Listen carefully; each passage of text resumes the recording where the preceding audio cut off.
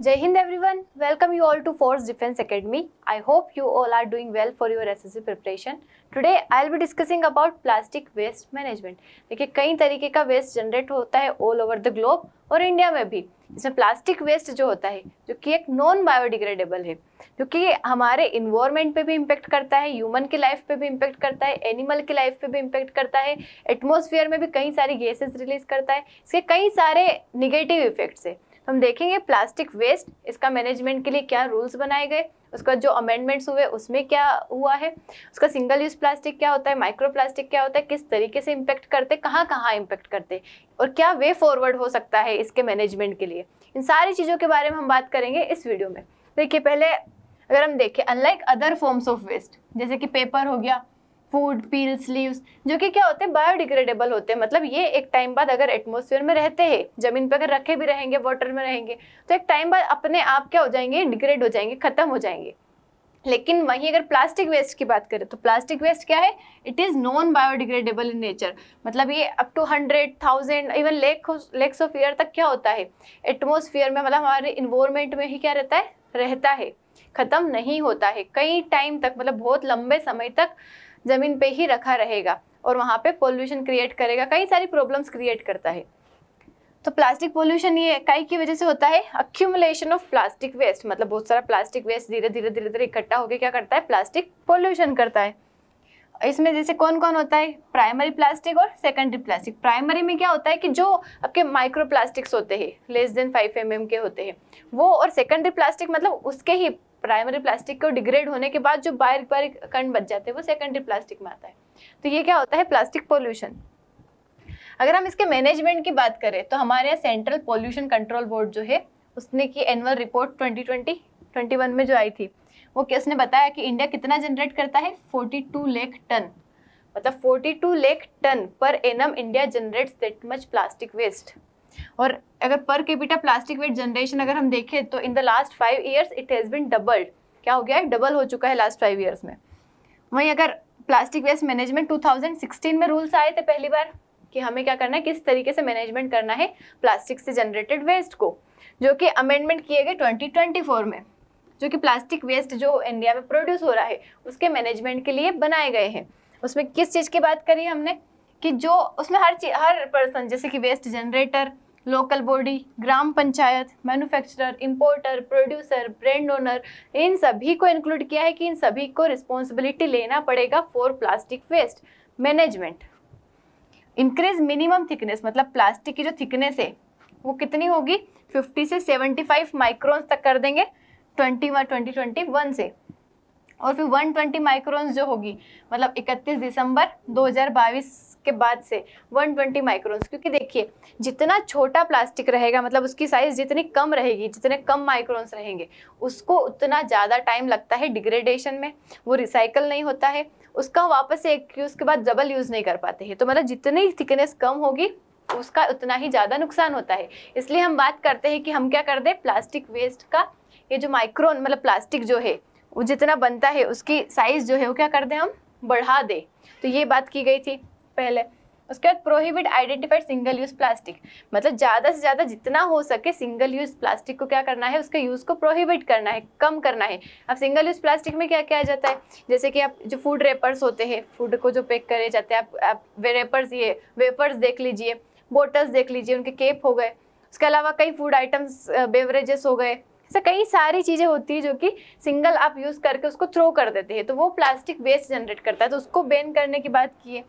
Extended producer responsibility system को भी introduce किया गया। अब ये क्या होता है ईपीआर, इसका मतलब है कि अगर कोई भी प्रोडक्शन करता है तो उसकी रिस्पॉन्सिबिलिटी है कि उसके डिस्पोजल तक, मतलब अगर कोई भी इंडस्ट्री है, कोई भी मैन्युफैक्चरर है, अगर वो प्लास्टिक आइटम प्रोड्यूस करता है तो इट्स हिज रिस्पॉन्सिबिलिटी, हिज और हर रिस्पॉन्सिबिलिटी कि वो उसके मतलब डिस्पोजल तक क्या करे, ध्यान रखे कि ये प्रोडक्शन करना है, उसके लास्ट तक, एंड तक, मतलब उसको ध्यान रखना है कि वो प्लास्टिक वेस्ट कहाँ से कहाँ जा रहा है और उसका डिस्पोजल किस तरीके से हो रहा है।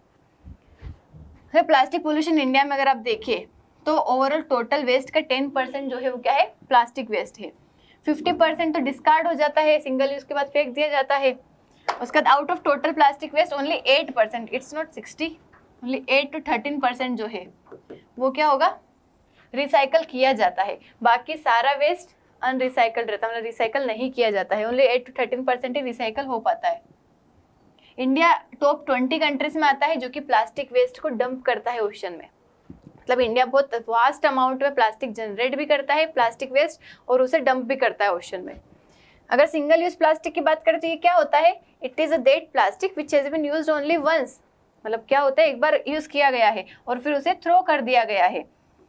जैसे कि ग्रोसरी बैग हो गए, plastic bottles, food wrappers, bottles, straw, container, cups, cutlery, मतलब ये सारी चीजें जो कि एक बार यूज करके आप थ्रो कर देते हैं। कई चीजें आप डेली लाइफ में भी करते हैं, तो ये सब काय में आती है? Single use plastic.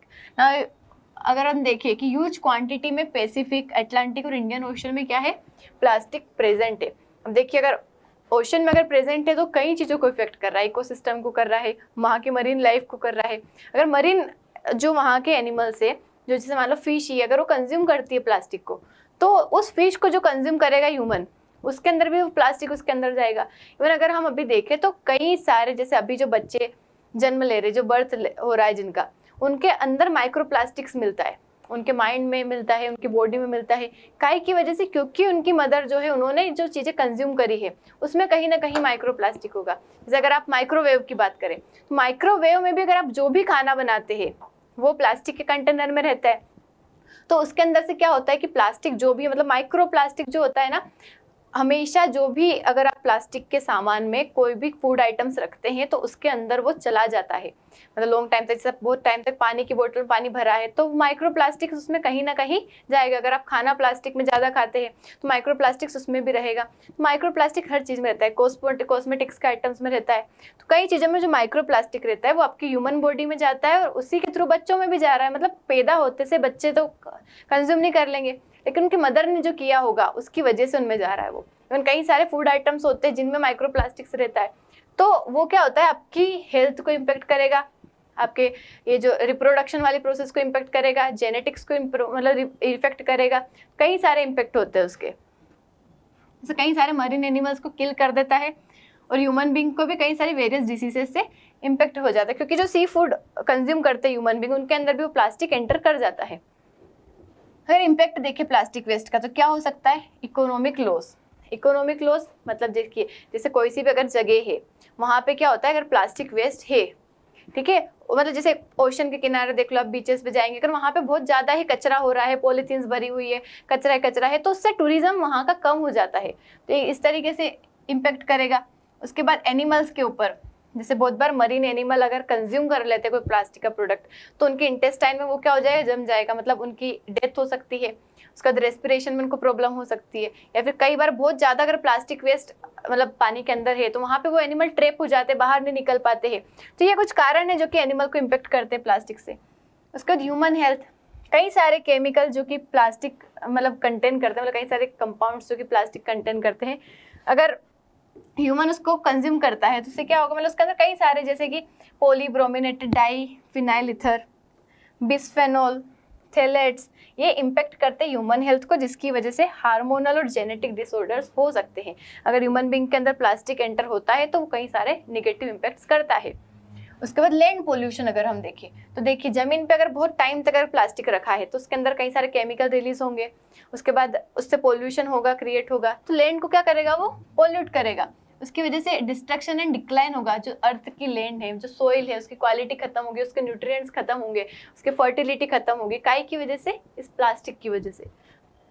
उसका एयर पोल्यूशन, जब भी बर्न करेंगे प्लास्टिक को तो जो पोल्यूशन होता है, जो हार्मफुल गैसेस रिलीज होती है, वो एटमॉस्फेयर को क्या करती है, पोल्यूट करती है। उसकी वजह से कई सारी diseases, respiratory diseases, mental disorders, मतलब ऐसे भी होते हैं। क्योंकि कोई अगर पर्टिकुलर किसी एरिया में रहता है, जैसे इंडस्ट्रियल एरिया हो गया, अगर बार बार वहाँ पे जल रही है कोई चीज़ें, मतलब प्लास्टिक अगर बर्न हो रहा है बार बार, तो उससे क्या होगा कि वो जो हार्मफुल गैसेस रिलीज होती है वो इंसान की पूरी तरीके से, मतलब कई चीज़ों को इफेक्ट करती है, और मेंटल हेल्थ को भी करती है, फिजिकल हेल्थ को भी करती है, रेस्पिरेटरी डिसीजेस होती है, लंग्स को करती है, कई सारी डिसीजेस होती है।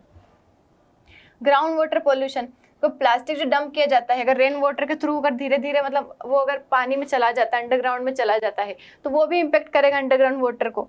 वाटर पोल्यूशन, कई सारे लेक एंड ओशन है जो कि प्लास्टिक डेब्रिस, मतलब वहाँ पे क्या करता है, फ्लोट करता रहता है। आपने देखा होगा बहुत जगह पानी भरा है, वहाँ पे प्लास्टिक का कचरा तैर रहा है, क्योंकि लोग जो आते हैं वहाँ पे जो भी कंज्यूम करते हैं, मतलब फूड आइटम्स कर रहे, पानी पी रहे, कुछ खा रहे हैं, तो वो प्लास्टिक को फेंक देते, वहीं पे थ्रो कर देते। वो सारा कचरा जो है या तो उड़ के हवा के थ्रू, वाटर के थ्रू बाहर भी अगर डाल रहे हैं वो तो पानी में चला जाता है, तो पानी में एक जगह इकट्ठा हो जाता है, तो वो वाटर को क्या करता है, पॉल्यूट करता है। उसके बाद इंटरफेरेंस विथ फूड चेन, मतलब क्या होगा कि अगर जैसे कोई स्पीशी है अगर खत्म हो जाती है इसके कंजम्पशन की वजह से, तो हमारी फूड चेन क्या हो जाएगी, डिस्टर्ब हो जाएगी। केमिकल क्या अफेक्ट करते हैं बायोलॉजिकल एंड रिप्रोडक्शन प्रोसेस को, तो उसकी वजह से ऑफस्प्रिंग, मतलब बहुत बार जैसे किसी एक पर्टिकुलर स्पीशी ने कंज्यूम किया है ऐसी कोई चीज़ है प्लास्टिक वाली, तो वो ऑफस्प्रिंग प्रोड्यूस नहीं कर पाएगी, क्योंकि ये रिप्रोडक्शन वाली प्रोसेस को भी इम्पेक्ट करता है प्लास्टिक। पुअर ड्रेनेज, अगर कहीं पे जैसे प्लास्टिक चौक हो गया तो ड्रेनेज क्या हो जाएगा, पूरा खराब हो जाएगा, वहाँ पे पूरा प्लास्टिक बैग फिल्म, मतलब ये क्या कर देंगे, चौक कर देते हैं वाटर को, उसकी वजह से फ्लडिंग वाली कंडीशन और वाटर पोल्यूशन, इसमें लाना पानी मतलब खराब हो जाना, ये सारी चीज़ें होती है। उसके बाद अगर हम चैलेंजेस देखें कि हम ये सिंगल यूज प्लास्टिक को क्यों नहीं हटा पा रहे अभी तक, मतलब हमने कई सारे इनिशिएटिव्स लिए, लेकिन still there are so many people which are using single use plastic, who are using single use plastic. तो क्या रीज़न है उसका, इम्प्रॉपर इम्प्लीमेंटेशन एंड मॉनिटरिंग। देखिए हमने रूल्स लागू किए 2016 में, लेकिन फिर भी लोग क्या कर रहे हैं, उसको यूज़ कर रहे हैं सिंगल यूज प्लास्टिक को, क्योंकि प्रॉपर इम्प्लीमेंटेशन नहीं हो पाता है उसका। मतलब even the biggest municipal corporation fail to implement and monitor segregation of waste. मतलब कहाँ पे सेग्रीगेशन हो रहा है, किस तरीके से हो रहा है, लोग यूज़ कर रहे हैं, क्योंकि एक तो प्लास्टिक क्या होता है, अफोर्डेबल होता है और एक्सेसिबल होता है, मतलब हर कोई अफोर्ड कर लेता है उसको। उसके अलावा अगर हम उसका सब्सटीट्यूशन कुछ लाते हैं तो महंगा रहेगा, तो लोगों के पैसे ज़्यादा लगते हैं, इसलिए वो उसी को प्रीफर करते हैं। और आदत जो बन गई है कन्वीनियंस है, मतलब हमेशा सबकी आदत है, प्लास्टिक सब जगह यूज़ किया जाता है लोगों को। जब तक उसका कोई अच्छा अल्टरनेटिव जो कि सबको एक्सेप्टेबल हो, एक्सेसिबल हो और अफोर्डेबल हो, वो नहीं मिलता, तब तक लोग इसी को यूज़ करेंगे, क्योंकि उनकी आदत बन चुकी है। Issue of enforcement, difficult to regulate, enforce and monitor, मतलब डिफिकल्ट है कि कहाँ कहाँ ट्रेस करेंगे। ऑथोरिटीज में लैक नेसेसरी रिसोर्सेज और will to monitor the production of plastic, मतलब इतने रिसोर्सेज नहीं कि पूरी तरीके से उसको अभी तक मॉनिटर किया जाए, क्योंकि बैन तो कर दिया गया, फिर भी लोग यूज़ करते हैं। अब जैसे दुकानदार दे रहा है, खरीदने वाला खरीद रहा है, कोई देखने वाला ही नहीं है वहाँ पे मॉनिटरिंग के लिए कि हाँ ये प्रोडक्ट मतलब ये प्लास्टिक का यूज़ कर रहे हैं, पॉलीथीन का यूज़ कर रहे हैं, तो इस वजह से यूज़ उसका चलता आ रहा है। और लोगों को कन्वीनियंस भी लगता है कि पॉलीथीन में चीज़ें ले जा रहे हैं तो आसानी से ले जा पाएंगे वो। अब भी मतलब जो हमारा प्लास्टिक वेस्ट मैनेजमेंट रूल्स 2024 है, उसके अंदर कुछ इंपॉर्टेंट जो प्रोविजंस थे, सारे नहीं बट कुछ इंपॉर्टेंट जो लिए गए, जैसे कि responsibility of local bodies, panchayat और डिस्ट्रिक्ट लेवल, मतलब जो लोकल बॉडीज पंचायत और डिस्ट्रिक्ट लेवल पे वो क्या करेंगे, रिस्पॉन्सिबिलिटी लेंगे कि किस कहाँ पे प्रोडक्शन हो रहा है प्लास्टिक का, मतलब रिपोर्ट करेंगे कि प्लास्टिक वेस्ट जो कि डंप साइट्स पे इंफ्रास्ट्रक्चर अवेलेबल है कि नहीं उसके कलेक्शन के लिए, उसका सेग्रीगेशन की क्या प्रोसेस है, उसकी प्रोसेसिंग किस तरीके से हो रही है, और आगे और कितना वेस्ट जनरेट हो सकता है, ये सारी डिटेल जो रहेगी ये जो बॉडीज है ये क्या करेगी, इनको कलेक्ट करना है और पहुंचाना है आगे तक। सेंट्रलाइज्ड पोर्टल फॉर रजिस्ट्रेशन, मतलब रजिस्ट्रेशन होगा, कौन करवाएंगे, जो प्रोड्यूसर है, इंपोर्टर है प्लास्टिक के, ब्रांड ओनर से है, मैन्युफैक्चरर है कमोडिटीज के जो कि प्लास्टिक वेस्ट को बनाती है, तो इन सबको क्या करना है, एक पोर्टल पे रजिस्टर करना है कि कितना चीज़ें बनी है, क्या बनी है, कहाँ यूज़ हो रही है, मतलब सारी चीज़ों की रिस्पॉन्सिबिलिटी इनको लेना है और रजिस्टर करना है। उसके अलावा सिंगल यूज़ प्लास्टिक को एलिमिनेट करना है, मतलब 2024 के रूल्स जो है वो लोकल बॉडी को बोलते हैं कि जो सिंगल यूज़ प्लास्टिक है उसका जहाँ तक हो सके क्या कर देना है, यूज़ बंद कर देना है। इसलिए अभी आप देखिए बहुत सारी जगहों पे तो हो चुका है, जैसे स्ट्रॉ पहले जो प्लास्टिक की ही यूज़ की जाती है वहाँ पे पेपर स्ट्रॉ यूज़ करने लग गए हैं लोग। उसके अलावा कई जगह जो पॉली बैग्स यूज़ किए जाते हैं, पॉलीथीन यूज़ की जाती थी, वहाँ पे पेपर बैग्स जो होते हैं वो कपड़े वाले बने रहते हैं उनका यूज़ करते हैं। तो कई जगह चेंज हुआ है, बट फिर भी कई सारी जगह जहाँ पे चेंज नहीं हुआ है, अभी तक इसी चीज़ का यूज़ किया जा रहा है। इसको क्या करना है, prevent stocking, distribution, sale and usage of prohibited single use plastic, इस सब का यूज़ बंद करना है और इसकी एनुअल रिपोर्ट सबमिट करना जरूरी है। उसके बाद स्कोप ऑफ EPR, मतलब जो एक्सटेंडेड प्रोड्यूसर रिस्पॉन्सिबिलिटी है उसको क्या करना है और बढ़ाना है कि प्रोड्यूसर मतलब जो भी प्रोडक्शन कर रहा है इस प्लास्टिक का उसकी रिस्पॉन्सिबिलिटी है कि उसके डिस्पोजल तक उसको ध्यान रखना है कि प्रोडक्ट कहाँ मतलब मैंने बनाया है तो कहाँ कहाँ जा रहा है, कहाँ तक आ रहा है। मतलब जो प्रोड्यूसर है, इंपोर्टर है, ब्रांड ओनर से जो भी कोई भी प्लास्टिक पैकेजिंग को इंट्रोड्यूस करते हैं मार्केट में, तो उनकी रिस्पॉन्सिबिलिटी है collection of such plastic packaging, मतलब उसके कलेक्शन की भी रिस्पॉन्सिबिलिटी उन लोगों की ही है। अगर हम और वे फॉरवर्ड देखें कि और क्या करना चाहिए कि इस प्लास्टिक का यूज़ क्या हो जाए, कम हो जाए, तो पहला तो क्या है कि इंसेंटिव प्रोवाइड करवाओ गवर्नमेंट, मतलब गवर्नमेंट इंसेंटिव प्रोवाइड करवाए, कुछ टैक्स से हेल्प करे कि आपको प्लास्टिक का प्रोडक्शन करना ही नहीं है, मतलब आपको इंसेंटिव मिलेगा अगर आप प्लास्टिक की जगह किसी और चीज़ से रिप्लेस कर देते हैं तो। या फिर फाइन लगाओ पूरी तरीके से, मतलब मॉनेटरी फाइन, टैक्स लेवाई अगर आप लगाएंगे कि अगर आप प्लास्टिक प्रोड्यूस करते हैं तो आपके ऊपर टैक्स लगेगा, ऐसा कीजिए। और क्या कर सकते हैं कि जो रेवेन्यू कलेक्ट कर रहे हैं इन चीज़ों से, जो भी रेवेन्यू कलेक्ट हो रहा है उसको हम रिसाइकलिंग में यूज़ करें, कि जो प्लास्टिक रिसाइकल नहीं हो रहा है उसको भी हम रिसाइकल करें, वो जो पैसा मिल रहा है उससे।